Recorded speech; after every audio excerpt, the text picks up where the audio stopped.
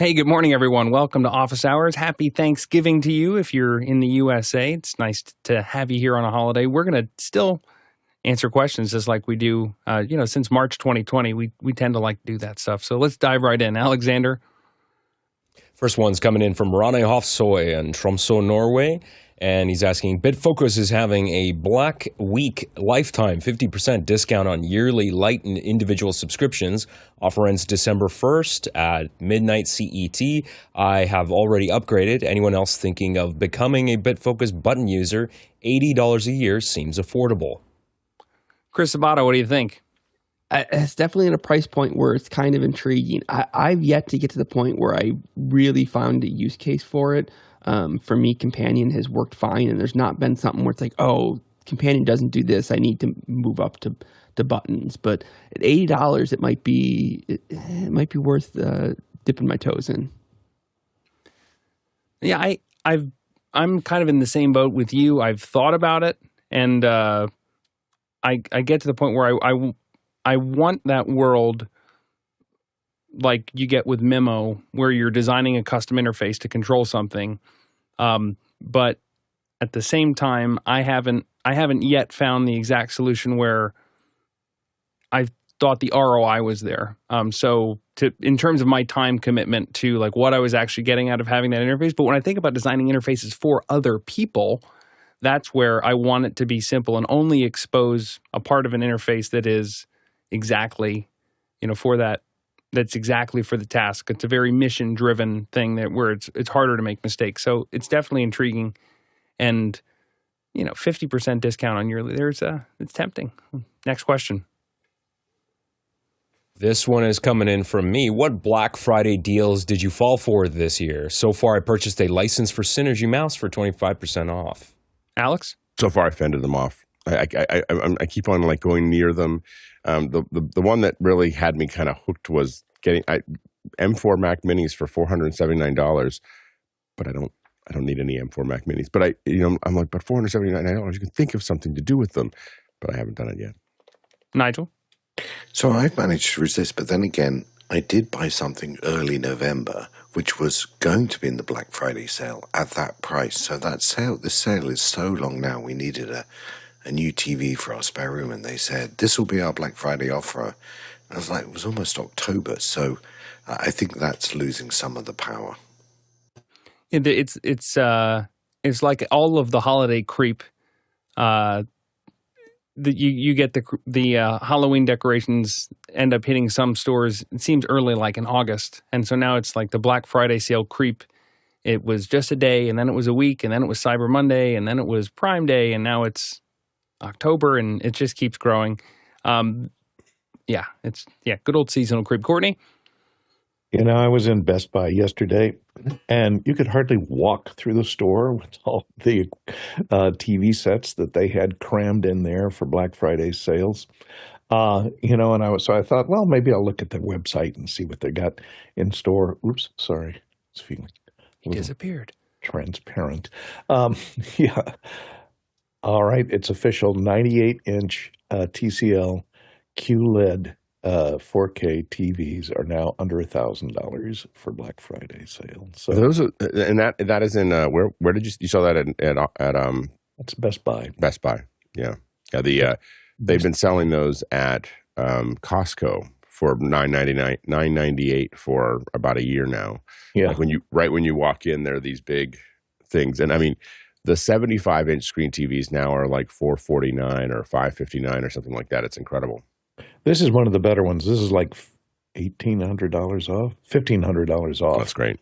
The HDR QLEDs. So it fits. I have measured it. It fits right between my two front speakers on my wall in my house.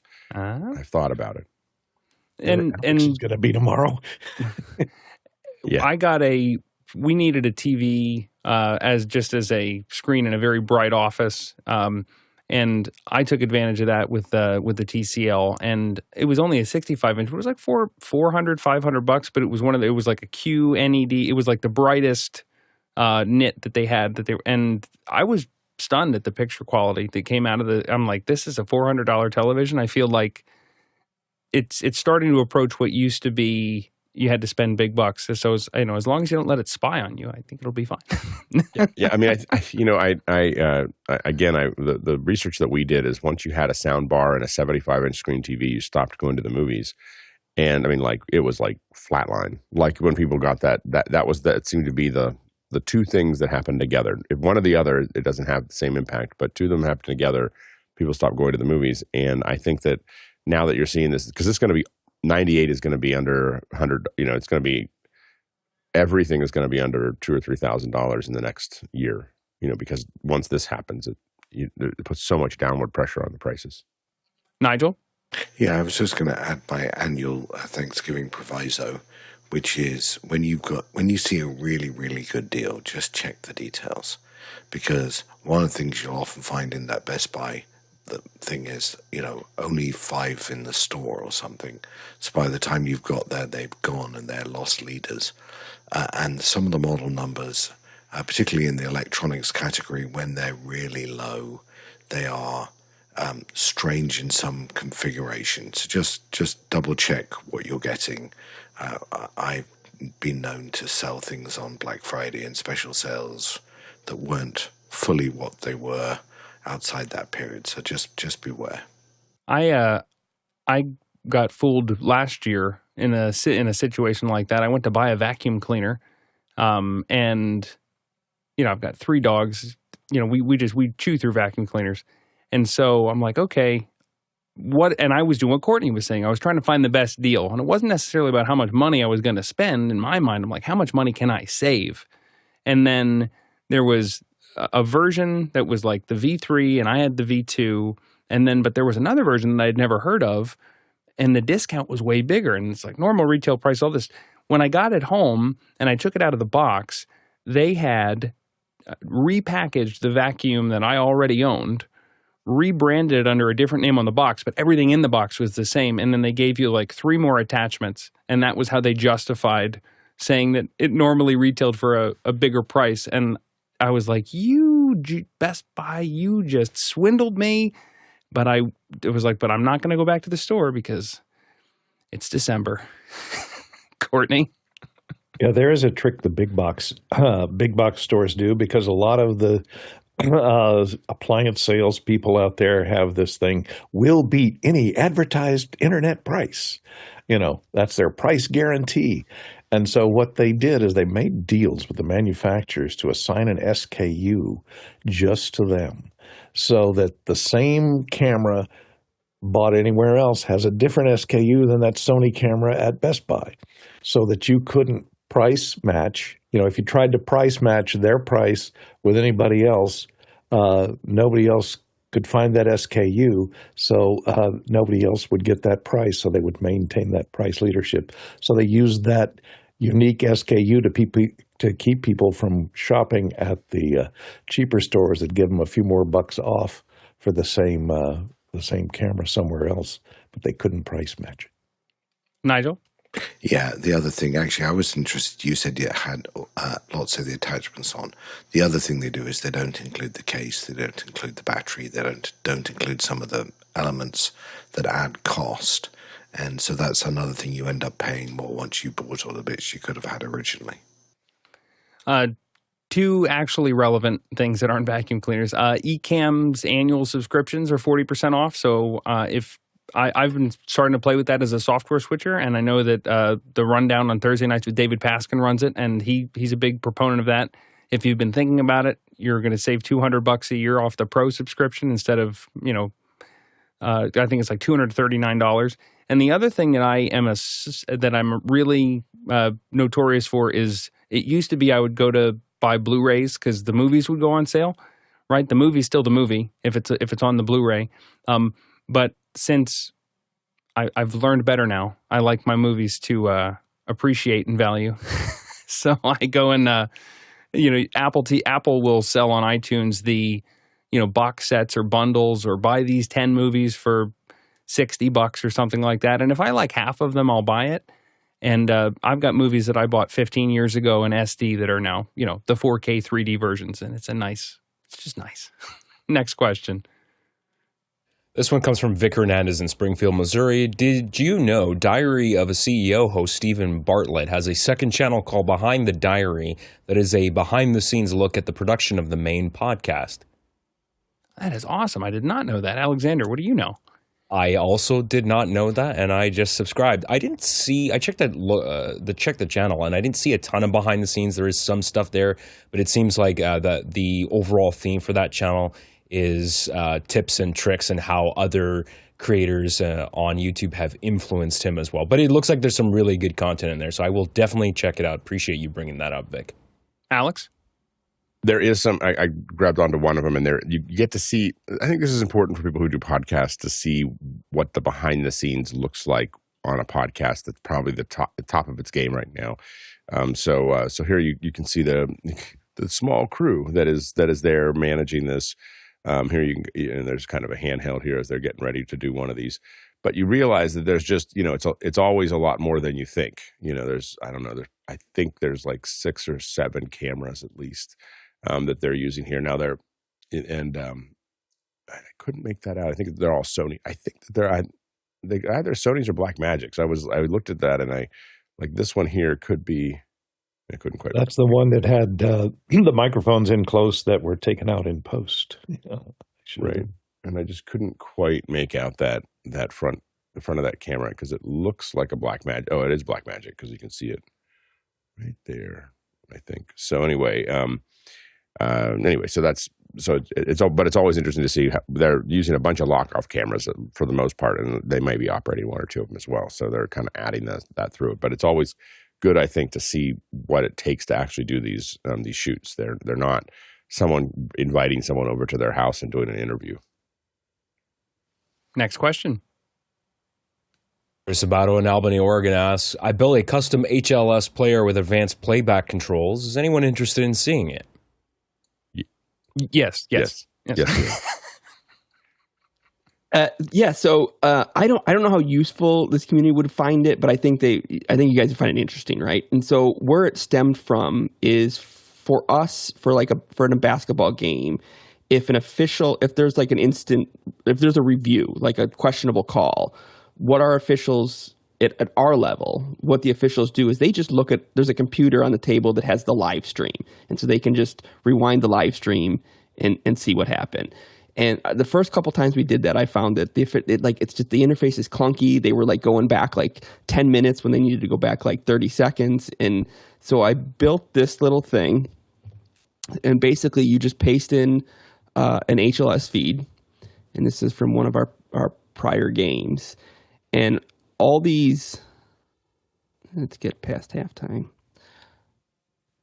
Oh, and that's where Windows shut down on me. And so I've got all these buttons, and so I can pause it, and I can jump back 5 seconds, 10 seconds, 1 second, or I can just move 1 frame at a time forward. I can set the replay to 0.25 speed and pause it. And there's nothing special about this. Is just an HLS feed from I tested it on a handful of things. I couldn't get it to work on ESPN Plus HLS feeds, but I actually got it to work on Hallmark Channel's HLS feeds. But just any HLS feed you pump in here, you can get. I can control it with all these neat little buttons. It's just and what was your development like for that? How'd you go about writing it? I vibe coded it, and I used Gemini, and it was not. I didn't use Gemini to do do everything. It's I did it. It dumped things out, and it's I manually went in and changed some colors. I manually went in and changed some spacing and things like that. So I understood what it was outputting, and made the manual changes. There was a lot of things where I have a lot of trouble where it generates things, and then I make the changes, and then trying to get it to take those changes has been a problem. And so it's always all right, let's start a new thread. Here's my document. Let's start again. And but it was just a fun little project that I went into it. It's I wonder if I can do that. And yeah, I don't know. I found it super interesting that I can just dump in any HLS feed from the internet, and it works. That's awesome. Courtney? Yeah, that's really interesting. I wondered I've always had a problem. I've built several players in the past, not for HLS, but for just video playback. And almost all those streaming feeds are long GOP compression. When you jump back, can you can you back up just a few frames, or do you have to go back to the last P frame and then generate forward? Nope, you can just go one frame at a time. That's great. Well, so what you can actually do is you can go to a specific a specific time segment, right? And so it depends on whether or not the feed is 30 frames per. There's no way to jump to a frame, and so if it just jumps the last P frame in increments of P frames back. Yeah, so like to kind of get it close, you take like it's 60 seconds divided by whatever, and the 60 frames per second for so for one frame, and you do the math, and so it's 1.133, and that gets to. I don't know what it's doing on the back end. It's just the basic HLS. It may be caching a group of frames. Background, and so that we can go one frame at a time. And so one frame is easy, like 5 frames, and depends on how far apart the P frames are in the stream. This is one of my favorite parts about the time that we're in terms of how AI tools are impacting us as professionals. Is that we all have very unique problems that we're trying to solve. That we were like, there's a lot of common stuff, and there's tools that are built for those and well maintained. But then every one of us has a very specific situation that, if we're not a programmer by trade, we're not going to be able to attack that. Now we've got a situation where Chris has an issue, Alex has a issue, Courtney has an issue that we're trying that you need to get to the other side of, and you know enough about the underlying infrastructure and the underlying technology that you know how to connect the dots if you had to sketch it out on a napkin. You don't know, okay, how would I do this with a Python script, with a Lua script, in an HTML web application? And we're now in an area where you can have those ideas and you can have a back and forth as a non-programmer and come out with something on the other side that is very workable, that is very serviceable. And then when you go back and bring in somebody who, and I know that there's stories about, half of the programming jobs are about cleaning up bad vibe coding.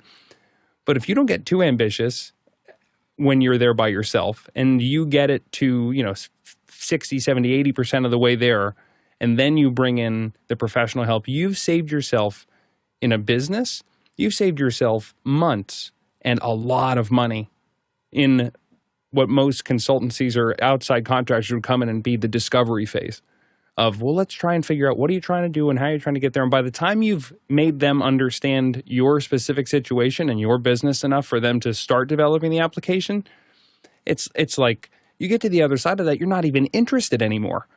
Now you can, for little tools like this, you can build them 100% yourself. And then if you have something that does need to scale out a little bit wider, you can just get to the friction to getting an idea into something workable and into a proof of concept is so small compared to what it was even 12 or 24 months ago, that if you haven't started thinking about the challenges that you encounter in that way and started to just play around on a weekend afternoon or on an evening, you should really consider make that your thing that you want to do if you have some downtime as we go into the holidays and the new year, because it is amazing.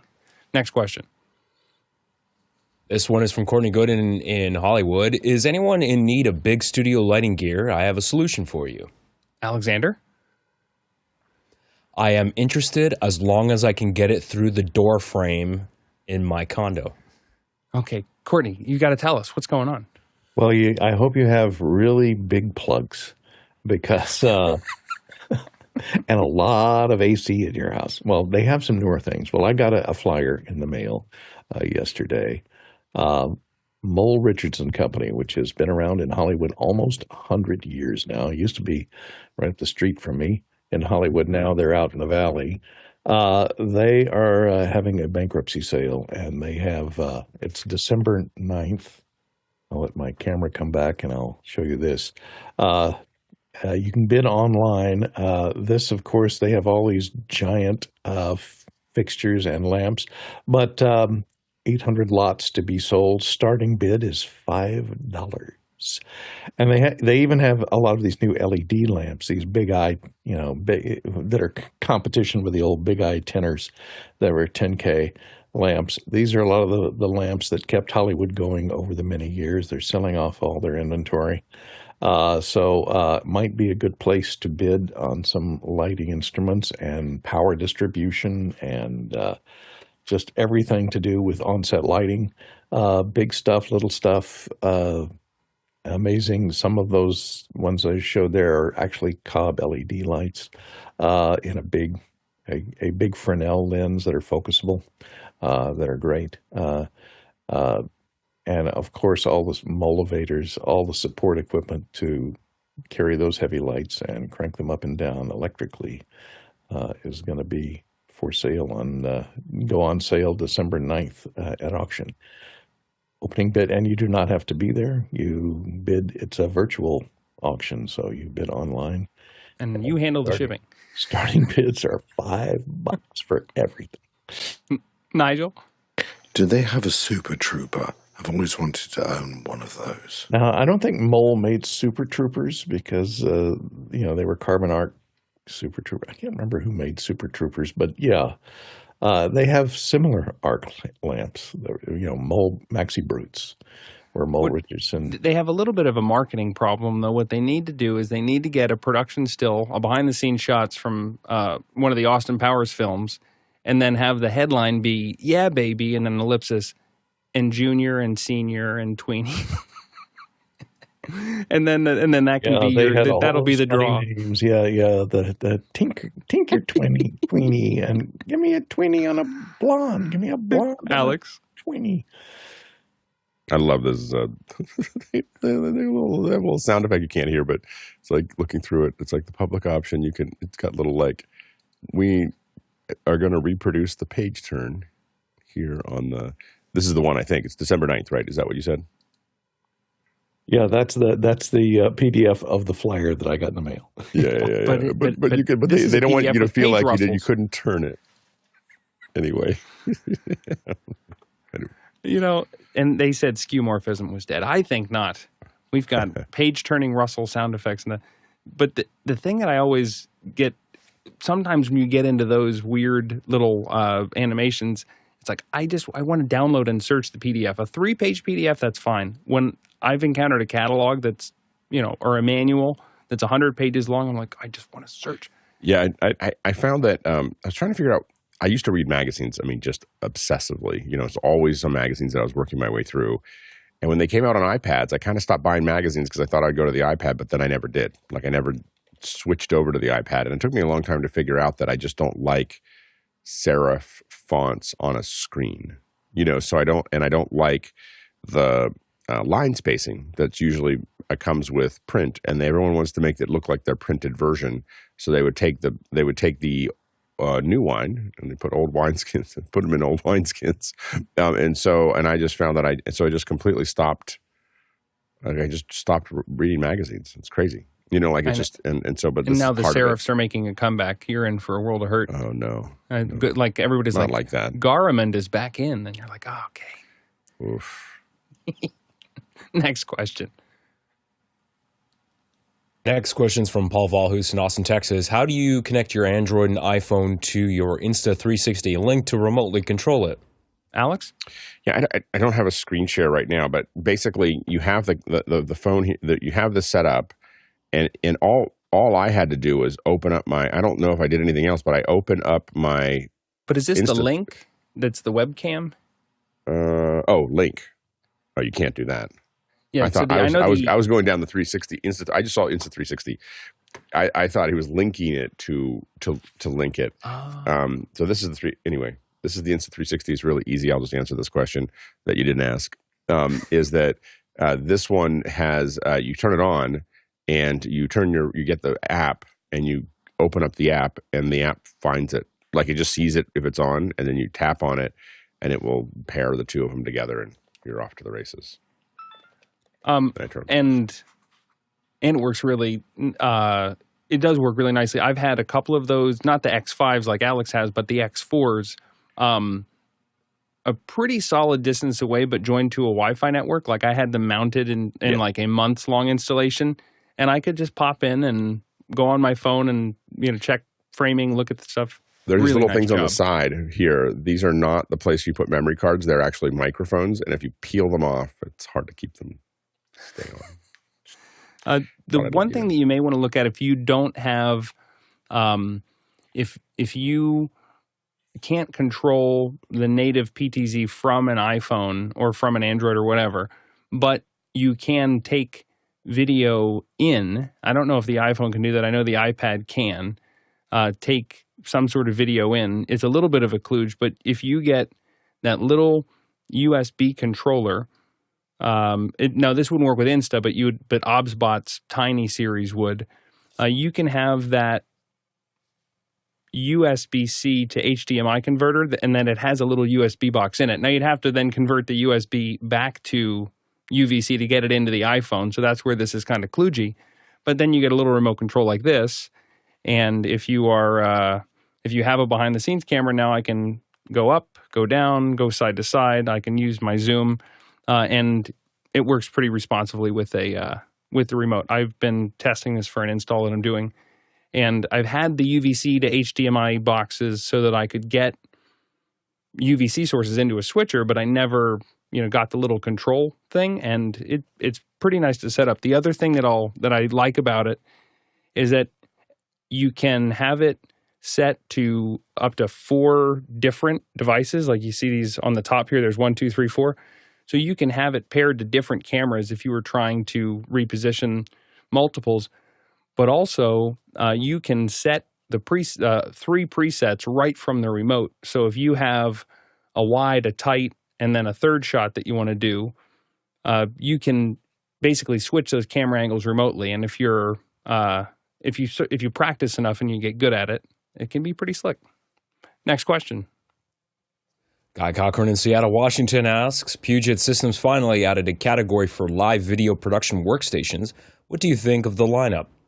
Chris. I mean, so here's the thing.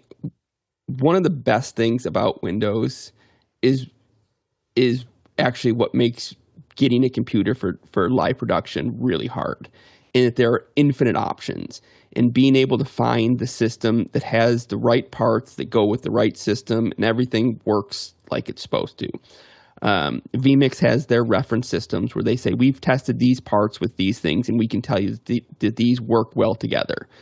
And you can definitely, and full disclosure, I bought a Puget Systems rig for vMix a couple months ago, and it's amazing. It's also expensive, but you get what you pay for, in that you can definitely build your own cheaper, but you've got to build your own, and you've got to source the parts, and you've got to make sure you're picking the right parts to go together. And I think it's amazing that you can just click and be like, oh, here is if I want the vMix Topaz, here it is, and it's $6,500, and I click, I buy, and I've got out the door, I've got a piece of hardware that I know will work how it's supposed to work. The Puget Systems stuff is awesome. Like I said, the rig we bought, I think it was. I could put it on my P card, so it was just under $10,000. I think it was like $999.95, and I could buy it on my corporate card, and I didn't have to go through anything special. But like their stuff is awesome, and I think it's great. Alex? They make great. Anything you're going to buy from Puget is going to be a great solution for what they say it will do. So I think that is. They produce incredible pieces of hardware, and so I think that it's good. I was looking at the live streaming ones. I mean, $4,000 or $5,000 for an encoding box is would be great. It's probably a lot more powerful than the ones that I spent 10 times that at least only a decade ago. So I think that, but figuring out what you're going to put on it. I mean, the reality is that for most house of worships, if you had someone who was going a little geeky, you could probably stream everything on an M4 Mac Mini at this point, with a Sonnet card. But having it all in one place and having it act like an appliance and having all of those other bits and pieces, I think makes a lot of sense. So I think it looks really good. And again, the big thing you get when you get a Puget Sound piece of hardware is confidence. Whatever if you're going to put the money into it, it's going to work. Go ahead, Chris. And just in the chat, Mickey had mentioned that he wasn't super happy with the choices they made. And one thing that I will say is that, like, I don't think these are choices that Puget made, right? Like, you can get a Threadripper, and you can get boards with more PCI. Like I said, the one I built has 8 4x PCI lane. Like, it's huge. It's like I will never fill it. So you can get those. These are exactly what vMix recommends. Like, so this is vMix has said, we have tested this board with this thing, and this is what it is, and that's what these systems are. So, like, on vMix website, they list the Topaz, they list the Ruby package. You can just go and buy exactly what vMix said. You can get whatever you want from them. Like, they will build it, and it's amazing. So, yeah. Alex? I still think one of my hobbies is going to be to turn a Mac Mini into a appliance, kind of like a Zoom room, but just for streaming, and set it free. Like, here's a Sonnet box, here's this thing, and it just does the thing. Because I just feel like for streaming now, I think the live video production with vMix, I think it makes sense. I think encoding, is something that a lot of these apps will do. I mean, a lot of the hardware would do it. I don't know if I'd probably be more likely to buy a vMix station from Puget than spend a lot of money on an encoding system because of the ease of use at this point of doing that. And there's a lot of back and forth in the chat right now. Guy has a pretty beefy system that he just spec'd out from Puget Systems for a project he was working on. He told me a little bit about it, and it's something else. And he and Mickey were going back and forth. Mickey also, actually, I didn't get to it in time for the last question, but he even recommended that there is a way to link the Insta360 controller on a computer to your phone and do it remotely. So there's a ton of cool stuff in the chat. If you're on YouTube, you're missing that part. So I think it's kind of half the show. There's a lot of great conversation happening in YouTube. You can also vote on the questions and ask the questions right within Meccano. We're live there every morning, 7 a.m. Pacific. And if you want to be there, just go to officehours.global/join. That's officehours.global/join. And if you just sign up for the mailing list there, you'll get a link on how to get into all the good stuff. Hope to see you live tomorrow. Next question. This question is coming in from JB Windle in Chiang Mai, Thailand. Looking to upgrade my GL.iNet Beryl travel router. GL.iNet now offers many models. Which model would the panel recommend for travel use, and why? Hello from Chiang Mai. That's one of my favorite cities in the whole world. Sorry, just had to say it. Alex, go ahead. I think the Beryl is near the top of the line for what GL.iNet does. I think that the only one above what you have, my understanding of it, and I'm looking at it for a little bit from the outside, is the Slate. But I think that would be the only other one there. I think Mickey pointed out the XE3000 because of 5G and battery power. Courtney? Yeah, I was just trying to look at the different types. They look almost identical, but they're range in price from. There's the Beryl AX right there for $86, and the Slate is $149. Slate 7. I guess they vary in speed, and they have those lovely little bunny ears that fold up on the side for those portable routers. Some of them have more local LAN connections on them, so have a router built in, a wired router built in, and some do not. Only have a throughput on them, or maybe just 1 or 2 ports on them. But interesting. I'd have to compare them all to see which one is the best, but they do have ones that range in price from like $69 on up to $149. So looks like a good deal, and a nice little compact router. I don't know if there's a wall wart that it runs off of, or whether it has a built-in power supply. The one that I don't remember what the cutesy name for this one is. This is the AX1800. You can see it's fairly small. And what I like about and it's USB-C powered, so you can power it off of any port on a computer or a little power brick. I've taken this all over. What I really like about it is that you can get into the software and put Tailscale right on to the router, so that all of a sudden anything that when your devices connect to it, they're in and they can see everything else, which is pretty powerful.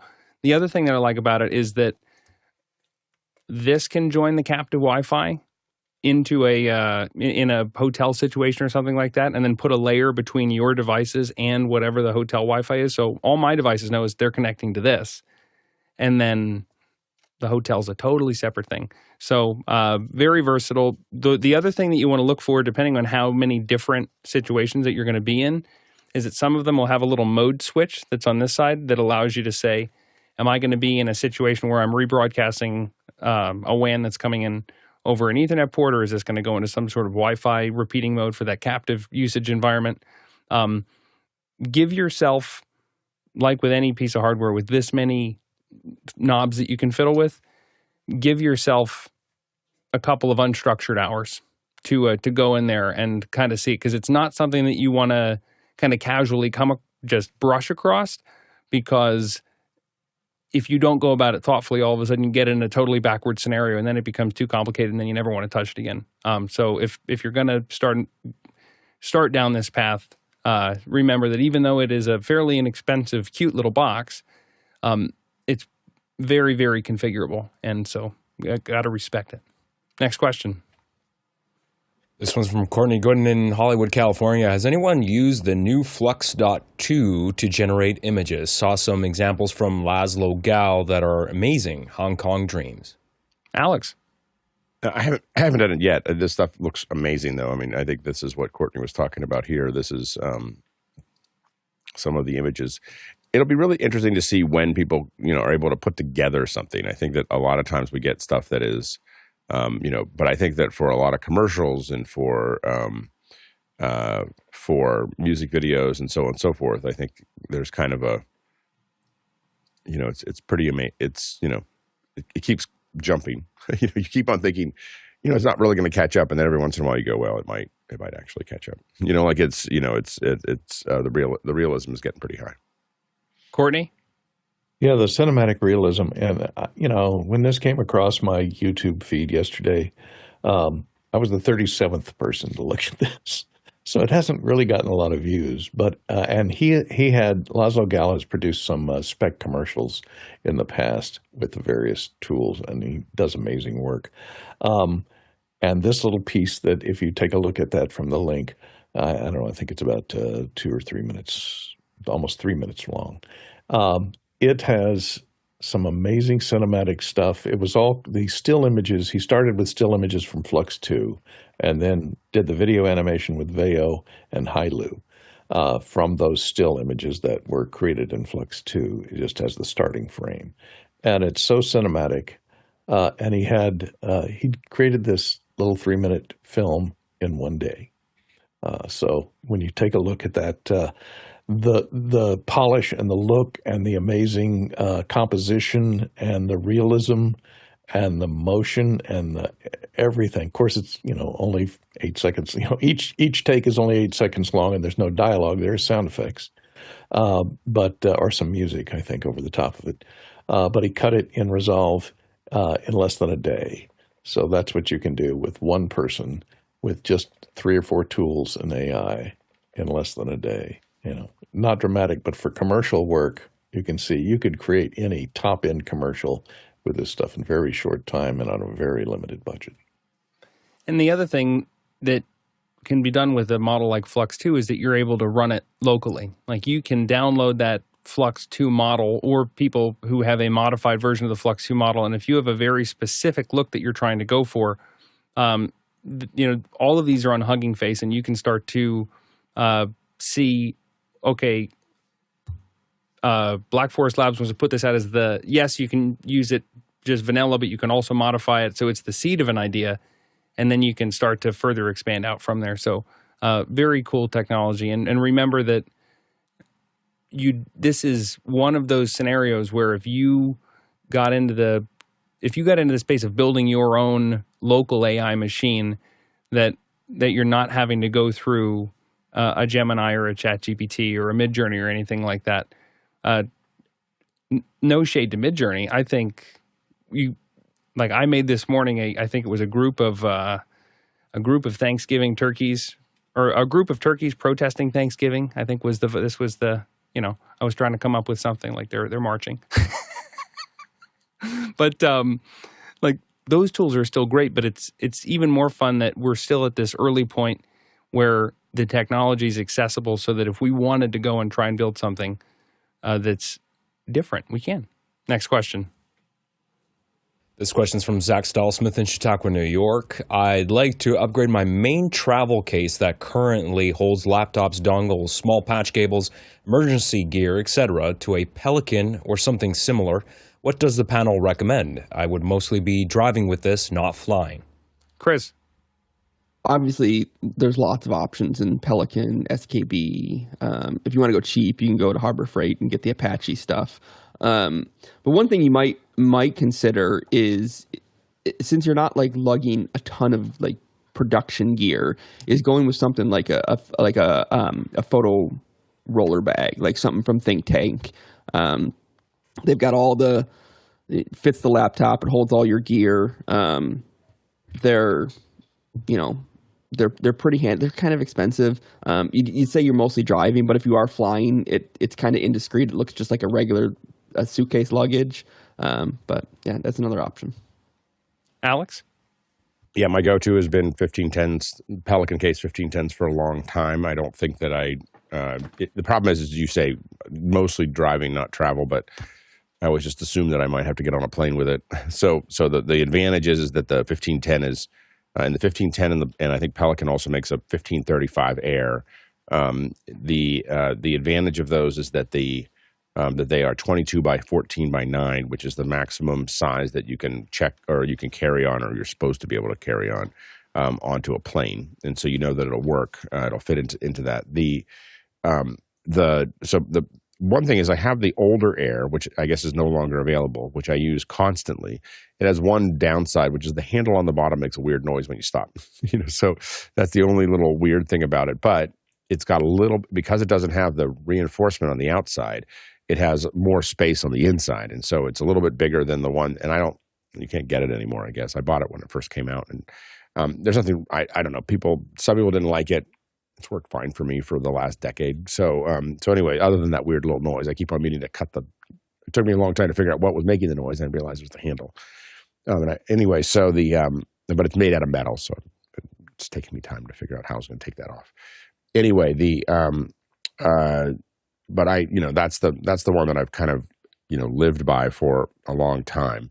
The only other one that I would look at is when I'm traveling into countries that don't have carnet and I need to bring hardware.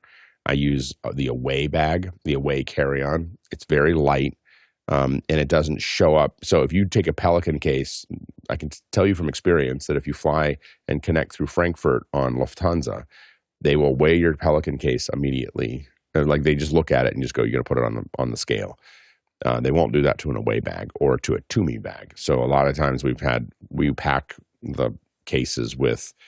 We get more civilian cases to use, but I strongly prefer, if I'm going to use it regularly and not check it, I strongly prefer to have the latching of the Pelican case. And I have that little thing that you screw into the top, into the lid, so that you can put your laptop in there. The only thing that makes me nervous is that I'm very careful about how I pack that 1510, because I feel like if anything is above kind of the level of that bottom, that I'm just gonna put a massive dent and crack. Like it's scary. And my standard thing is I have my Rush 24 that has my laptop, my iPad, anything else, my Apple Vision Pro, whatever, and then I have all the hard stuff goes into the and it's all wrapped in typically Domke bags, just like kind of set up in there. Courtney? I have so many laptops. I have probably over 100 laptops. And what I've been doing for years is buying the Amazon Basics laptop bags. And how I organize this stuff is I keep each laptop together with all the accessories, the power supply, all the cables needed to plug that laptop into everything I would ever want to plug it into in each of these, $15 bags. And these are really heavy-duty ballistic nylon bags. And then I will take 4 or 5 of these and putting in a 1610 Pelican I'll choose which ones I want to take with me, and I know each one's going to have all the accessories needed and keeps them all together for each individual laptop. They make them for 11-inch and 15-inch and 17-inch. They make them in 3 or 4 different sizes. And that's what I've been using for years, and I keep them all organized in the closet on a shelf stacked up there so I can go and pick and choose which ones I want to bring. And I put a label on a tag that hangs off the end of it that is attached with a tie wrap nylon tie wrap. And I know what's in each bag from the label on it, and then just pull out the ones I need, throw them in a Pelican case, and off I go. The other thing that's interesting is if you are with non-production people and you roll into an office building with a small Pelican, there is a chance that most of them have only ever seen a small Pelican in the hunting section at Bass Pro Shops. And when you open those latches up and it makes that really loud noise, sometimes you get an eyeball, something to look out for.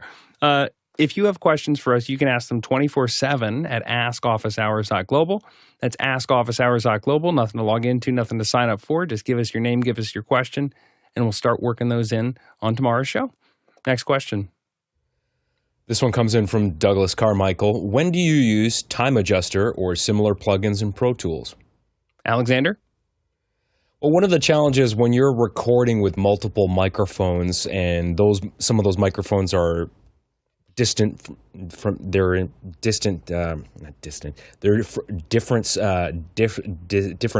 from the source, then you have issues with phasing. So that's what Time Adjuster is for. You can adjust that in samples to correct for phase alignment issues. But I personally much prefer In Phase by Waves. I think it's a better plugin, so I would really recommend that. And of course, seeing that it's Black Friday week, Waves always has sales, but it has a better interface and more features. So I would have a look at that. You can download a free demo and try it out. Next question. This question is from Liberty White in Atlanta, Georgia. Happy day of thanks, y'all. What if Office Hours hosted a vibe coding session as a lab or like a co-working session in after hours? It might be fun to try out. What would you create? Alex? I think we should definitely do that. I think what would be good is for us to all decide to create the same thing, like whatever that is. And we kind of come up with we're all going to work on it, and people can pick whatever they want, and then we start working on it. And I think it would be great for some of the folks that are building more complex apps. It'd be really fun to see, how they approach that. I realized a friend of mine has been doing a lot of vibe coding, and when he opened up, and showed me how he was using an MCP, and he was doing this, these building these other things, and then cross-checking that code, and then checking it in and out of GitHub. I was like, oh, I'm not. I'm gonna go up and visit him at his house, and have a session with him. So we'll, maybe we'll do that in December. It'd probably be good to do a thing in December. I'll actually talk to him. What might be fun is to do it at his place in Tahoe. It'll give me an excuse to go to Tahoe, and then have him work with us. He's between things. He worked at a very large company in Cupertino and doesn't really need to work now, so he just plays. I think I also love the idea of a workshop, of kind of like a vibe code workshop, because I know that there was on one of the first Fridays within I think Club Twit, they did a vibe coding workshop with everybody, and I was sad that I didn't get to go to that. But I really like your idea of everybody working on the same thing, because there have been situations where you have mentioned something or others have mentioned, I really wish I could just do this one thing, and I don't have a tool to do this one thing. And I love problems like that, because I'm like, well, it seems like all the pieces are right there. And then it becomes like it's a fun puzzle, because it's not that the individual thing is too crazy of an idea. There just hasn't been a tool built for it yet. Right. And that's where I think vibe coding, by the way, will just explode. Is that. Chris? I wonder how that would work with vibe coding. So everyone comes together, we're going to build the same thing. Everybody puts something into their whatever of choice. Everyone's going to get a different response. And so you're not getting. That's the point though. The point is that they'll but if you set up the spec of this is what the product needs to do, and then everyone has to get. They don't have to. It doesn't look. I need to look identical, but it has to do the thing that we decide, whatever that is, right? And so everyone can take their own path to get there, but in the end, there'll be like a software spec of it has to be able to do this, this, this, this, and this. These are the 4 things it needs to do, and then everyone works on it, and there's no really competition. But the idea is to get it to do the 4 or 5 things that we said that it had to do. Like one of the ones that CJ worked on, and was that I was like, I've always wanted to get a poster of the color of all of a film. So I want to take a film and get a poster that shows you the progression. The one that's probably the most dramatic is like The Matrix, right? Because everything's very warm when they're in the real world, and everything's very green when they're in the Matrix, and you don't notice it when you're watching the movie immediately. But they made some conscious decisions. But it'd be really great to see films through all the scenes. And so what to do that? My thought was it'd be really great to take a movie, throw it into Resolve, cut it into let it auto grab every cut, and then have it take a frame out of the middle of literally every camera angle, and then build a poster of that, like just organize a poster around that. Again, not something that's really a product, but and I see that CJ's bouncing around trying to find an example. So I'm going to keep talking for just a second while he's looking. But CJ put, and that was the spec, right? That's what I want. And I've never had time to do it, and I don't know how long it took CJ to do it, but he did figure it, vibe coded it to build these posters, and he may not be able to pull it up that fast, but I don't know what I did with it. They were such large because I had it. So such large. You got to understand that I went into Resolve. Or the way that it worked was, and you also have to remember this was the state of vibe coding. New Year's 2024, right. So almost 2 years ago. So the tools weren't where they are now, and I had it so that you could go and you could set your this many wide by this many high, and it would take whatever movie was in DaVinci. It would use the native cut detection to figure out where to put in all the cuts. And then it would go back and find the center frame from every one of those cuts and then export that as a still. The trouble is there's so many cuts in the movie, and I had, once I got it to do like a test poster, I was happy, and I was like, okay, I don't want to put any more time into this to optimize it and do the compression, like do the actual hard work. So the individual poster was like 4 gigabytes. It was just a massive file, and I think at one point I was doing cleanup, and I was like, oh, I don't need that stuff anymore, so I threw it away. But the neat thing was, it was a super, on the zoomed out version showed those color trends like Alex was saying, but then you could zoom in to the tiniest little picture, and it was a 4K image. Yeah. So I think that's a good example of could be a challenge to go do that thing. That may not be the one that everyone wants to do, but I have one right now that I'm fiddling with that is taking channels of audio and visualizing what they look like, whether they're coming surround or LFE or other things, and having little blocks that appear. And I don't have it working yet, but it's an interesting puzzle. Yeah. The only thing I was able to find from that project was the logo. This was all I got. The logo from that. Oh yeah, there you go. That's great. Next question. This question comes in from Paul Valhus in Austin, Texas. How would office hours bring in panelists from different countries and do a multilingual Zoom meeting? Alex? Number one is that this is more of a Sunday question, so I'm going to keep it kind of quick.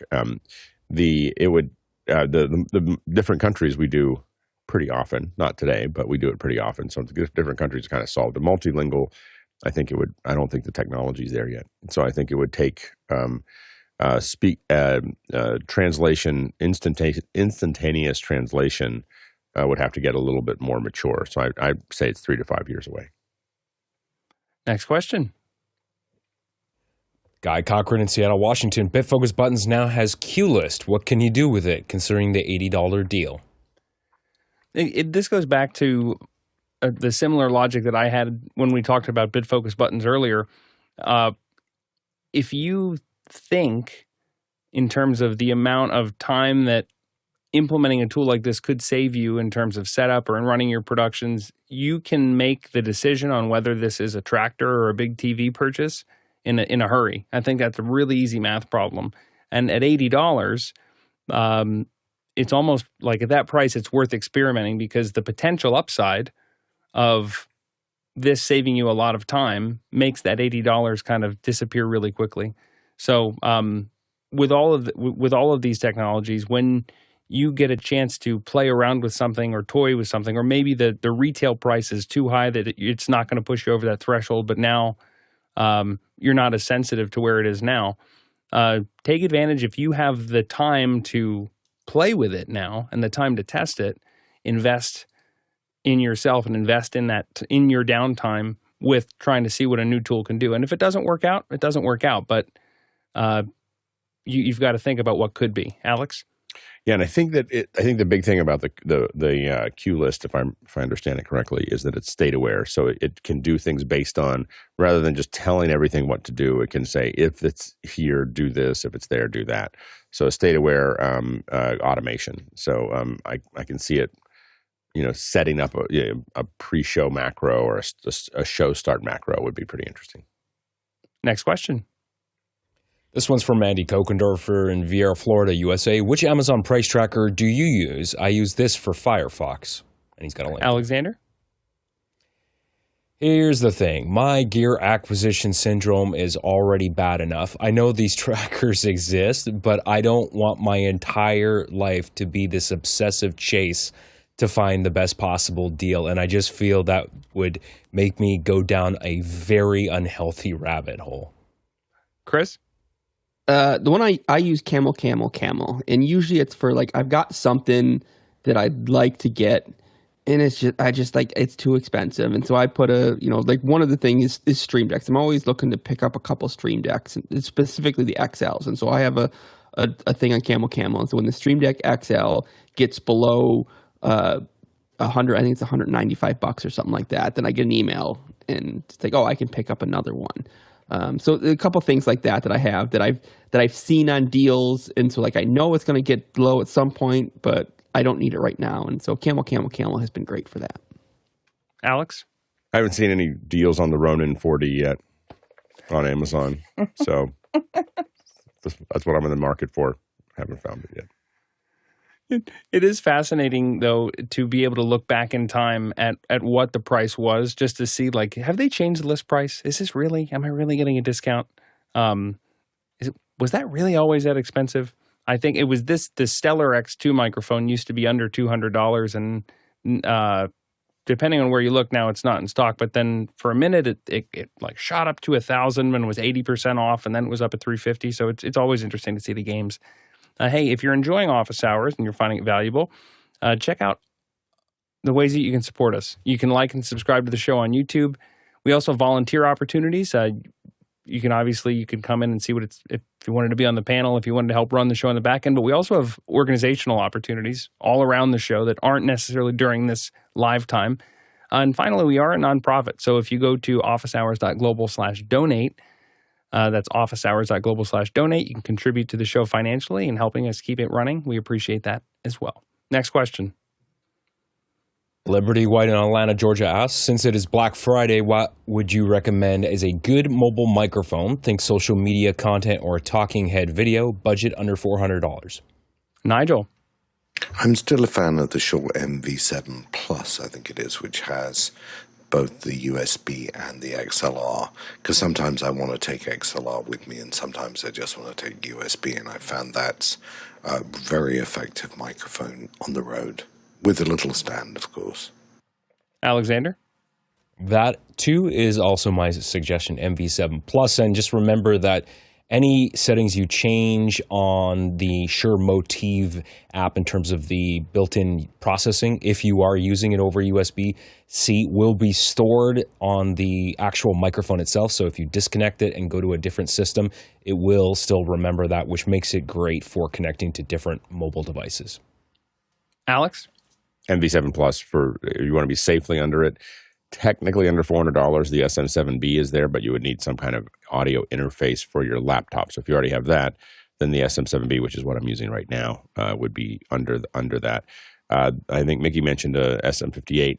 There's a weird thing with the high end of the SM58 that I like when I'm I use it a lot as a backup. So I have those, but I can hear the difference and it bothers me. So I've used it. I use it in live environments, and I use it but I wouldn't use it as I know it sounds, if you can do a lot of, if you can do post on it, you can probably fix most of it. But there was a time when I was switching between the PR40 and the SM7B, and I think it tuned, or not the SM7B, the PR40 and this is the Heil PR40, which is also a good mic. The Heil PR40 and the SM58, and for whatever reason, it tuned my ear to a thing that the SM58 did with my voice that had me never use it again for a voiceover. Courtney. And we were just talking about it a second ago. And guess what, folks? It's half price right now. The Stellar X2, it's in stock, $134. Comes with a lovely carrying case. Yes, the pop filter and the shock mount and a lovely vinyl pouch to stick it in. You combine that with your basic Shure MV-X2U to get an output that will be USB. The Shure can run with its software to set it up for its A to D controller to provide its dynamics control if you need it, and it provides a headphone output for you as well as a USB input into your computer. So the two of those could be had for easily under the price of $400. And I think you'll be happy with that. It comes with a little carrying case. You can just drop that MVX2U in the case and carry it along on the train. The only thing I would say about the Stellar, which is a great mic, is that I don't know if I would take it mobily, because generally for mobile, I need a lot of off-axis rejection, and it's a larger diaphragm. It picks up kind of everything. I know that I couldn't use the Stellar in many environments that I'm in just because of it picks up everything. So that's what personalized audio and your lovely noise assist is for on your the last thing that I'll mention, since you are talking mobile, is that remember that even in the iPhone now, you can go into your control center and manually select an audio input for a specific application. So all you need is the USB-C directly into the iPhone, and you're cooking. It's pretty slick. I know we're a little late, but I want one more because I'm festive. Next question. This one is from CJ Covell in Cincinnati, Ohio. What's the game plan? Roaster, fryer, smoker, grill in the bag, sous vide? Chris? After we're done here, I'm going to go and fire up the RecTech smoker, and I've got a 10-pound turkey breast and a 4-pound tri-tip that we're going to put on, smoke it for a couple hours. It's going to be delicious. Alex? Yeah, I got turkey breast. It's going to go into the sous vide, and it's going to sit there. I'm going to probably put it in a couple hours. The sous vide works well. You don't want to leave it in too long. With steak, I'll leave a tri-tip in for 36 hours on a steak, because it gives it basically the consistency of a filet mignon with the taste of a tri-tip, which is excellent at 128 degrees. But you should put it in frozen. So you don't want to let it sit in room temperature for very long, because it's 128 is not 100% safe. so you want to go straight from frozen to sous vide and leave it in there for 36 hours. But I'll be doing it. We've kind of got into it. We've done the whole turkeys that way. Like I have 5 sous vides. So we've taken a full-size turkey and cut it into pieces and put it in the sous vide. And I actually prefer that. My wife has decided to simplify it a little bit. I prefer it that way because I like the dark meat better than the light meat. Chris? So I mentioned tri-tip and Alex mentioned tri-tip, but I just found this out recently. Tri-tip is a West Coast thing. Like, it is not like a cut of meat that is normally on the East Coast. So for those of you who don't know what a tri-tip is, it's a cut that is from the bottom sirloin, and it's delicious. And if you can find it where you are, it's affordable and so good. Nigel? I'm not doing the turkey. I'm in charge of the Brussels sprouts. Nice. How are you going to do them? Are you going to fry them? I just steam them. Steam them for about 7 minutes. I will say roasted Brussels sprouts.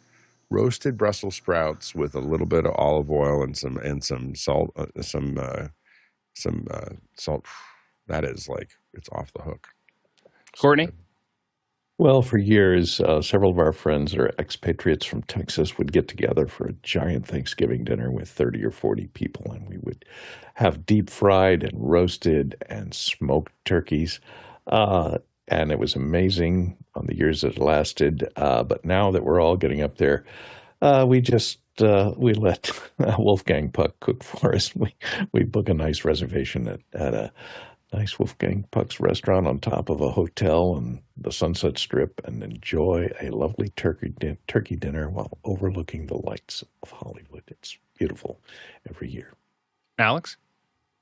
Alton Brown's show dealing with the turkey derrick is the best cooking show ever created. The best episode of any cooking show ever created. From the writing, the travel, the humor, the build. I have a ladder that still has the little hooks on the side that we use.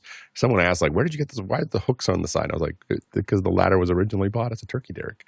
And so anyway, that's all I do. If you do a search and try to find it, I don't remember what episode it is, but it is literally, in my opinion, the pinnacle of Alton Brown and the pinnacle of all cooking shows is his Thanksgiving special that was probably 15 years ago with the turkey derrick. Nigel? He has a new series on YouTube with an updated brine that is worth following. It's great. It's not as good as the original, but it's the visual quality is better. And I think I'm going to be watching a lot of Alton Brown, of his new show. But that one was just pinnacle Alton Brown. If you're still in the roaster camp like me, this is not the pretty way to do it, but it's the way that we always did it growing up. I cook it in the bag. I learned this from Mom. In the bag, but breast side down. It's not going to come out pretty, looking like Norman Rockwell, but because the juices congregate in where the meat would tend to dry out, you end up with a really moist bird. Thank you for indulging my festivities. It is Thanksgiving here in the U.S., and besides all my friends here, we've all got a lot to be thankful for. I'm thankful for our panel for coming in on a holiday for most of us, and coming in with your knowledge and your perspective and your turkey tips. We appreciate you. We also appreciate all our producers who joined us on their holiday. Know that everybody's looking forward to family time, but we're a great, big, happy family here, so thank you all for being here. And finally, thank you to our amazing back-end team who not only keeps this show running, keeps us organized moving forward, but also puts up with hosts that go along and like to talk about turkey. I'm very thankful for you. Tlaloc Traversal, if we had to go around the world today for episode 2074, we would have been 41,000 miles. That's 65,000 kilometers, 321 million bananas for scale. See you in after hours. I have 2 words for you. Thanksgiving. I have 2 words for you. Burn unit. They did brine. That's what that was Alton Brown was talking about thing. He goes, I have 2 words for you. Like he was talking about the turkey, like the deep fat frying, and he goes, yes, and he goes, I have 2 words for you. Burn unit. Let's have plenty of gauze on hand. Yeah, exactly. And back to you. Did you guys hear Netflix had a service issue yesterday because of Stranger Things season 5? Yeah. Goodness. I was at my parents' house and the app just completely crashed on Apple TV. So what happens is that you can ask it tomorrow if you want. What typically happens when those things happen is that the edge gets too many requests. The way that streaming works is that there is the origin. The origin passes to the edge, and sometimes there's a couple layers of edges. And every time you ask for a bit, it goes, okay, I'm gonna save this bit. It's got a certain time of life on the server. And so what happens is that it keeps everybody from talking to the origin. But if you get too many requests at one time, it gets to the origin. Because they're asking for it too quickly, and those requests hit, and then the origin melts down, and or part of the edge melts down. And so that's it's a lot of times a lot of companies, like for a long time YouTube would cascade. So if you went live, it didn't go live to everyone at one time. It went live over 5 minutes.